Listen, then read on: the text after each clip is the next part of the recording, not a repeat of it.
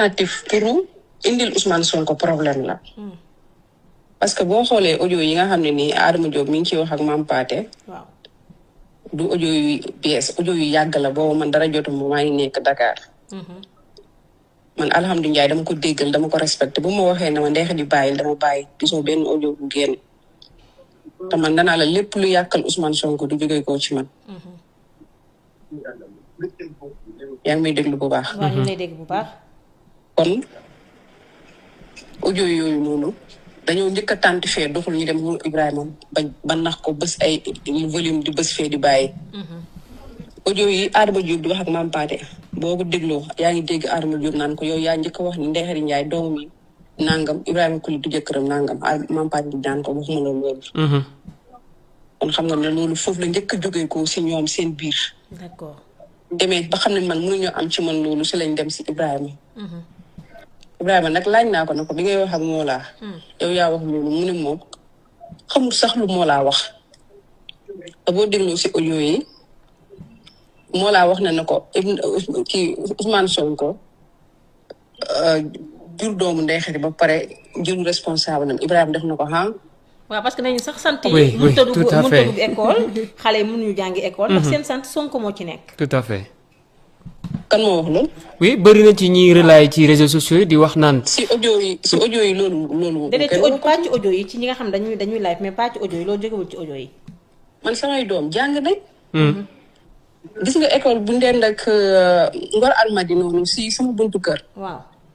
foofu loolu xale yi jàngee. man bébé Binta ak Ma As ñoom ñëpp foofu doon jàngee ku ndaw ki mi ngi doog a am 2 ans yaakaar naa. d'accord.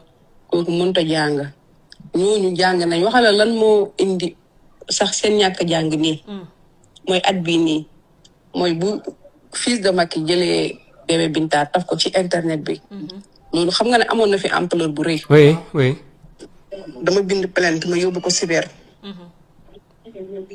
dama ko yóbboo jël waxi ñi nga xam ne biir Sénégal lañ nekk ma xam leen nag bu baax. jël seen numéro téléphone dama yóbbu ko def ko si kele yëpp yóbbu ko ñooñu ba léegi kenn woowu leen.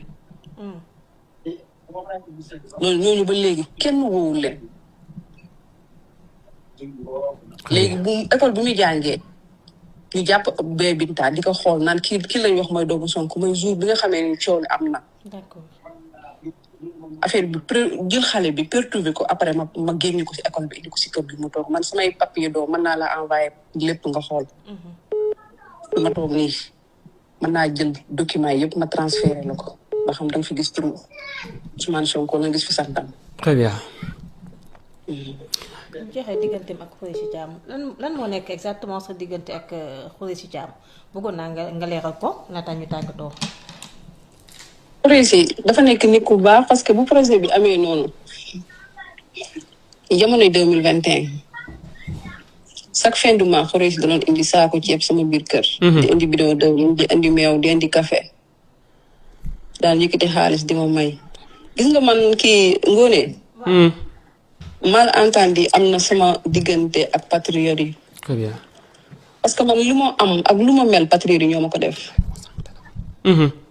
lu ma am ci àdduna ak lu ma mel mënuma wax nag ñëpp dañ may bëggandoo mënu nekk.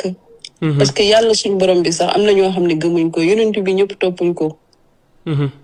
man tey jii nii bu fekkee ne man gisuma Ousmane Sonko ku si mel ni alhamdulilah. est-ce que lu ma defal su ma gisoon Ousmane Sonko mën na ma ko defal. te defu ko ngir jëmmi Sonko moo tax mu def ko.